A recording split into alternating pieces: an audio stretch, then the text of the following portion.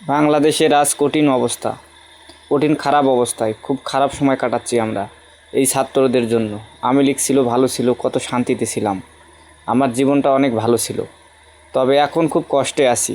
হয়তো আওয়ামী লীগের কিছু ভুল ছিল, এখন বুঝতে পারছি আওয়ামী লীগের অনেক ভুল ছিল, আমি মেনে নিচ্ছি ভুল ছিল, কিন্তু আর তাদের অনেক ভালো গুণ ছিল। মানুষ পৃথিবীর পুরোটা সম্পূর্ণ কেউ কখনো ভালো হতে পারে না, ভালোর মাঝে খারাপ থাকে, ভালো খারাপ নিয়েই দুনিয়া।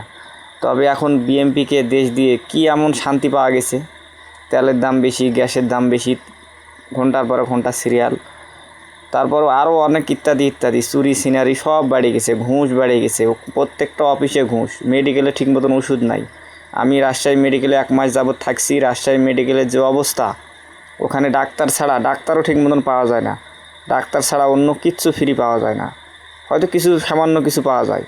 আওয়ামী লীগ থাকতে আমার স্যালাইন কিনা লাগেনি, কোনো সামান্য নর্মাল স্যালাইনও কিনতে দেয় এখন বর্তমান মেডিকেলে। যারা যারা মেডিকেলে থাকছে তারা বলতে পারবে যে কী অবস্থা এখন মেডিকেলের। আর জীবনটা মানে বিশুদ্ধ জীবন হয়ে গেছে। এই দোষগুলো আমি সম্পূর্ণটা ছাত্রদের দিব, ছাত্রদের কারণে সব হচ্ছে। কারণ বিএমপি বিএমপি বিএমপি কী আদের আছে, এরা সব হলো এই 17 বছর কিছু করতে পারেনি। এবং যে আন্দোলনে তোমরা জুলাই আন্দোলন করেছেন, কোনো বিচার করছে?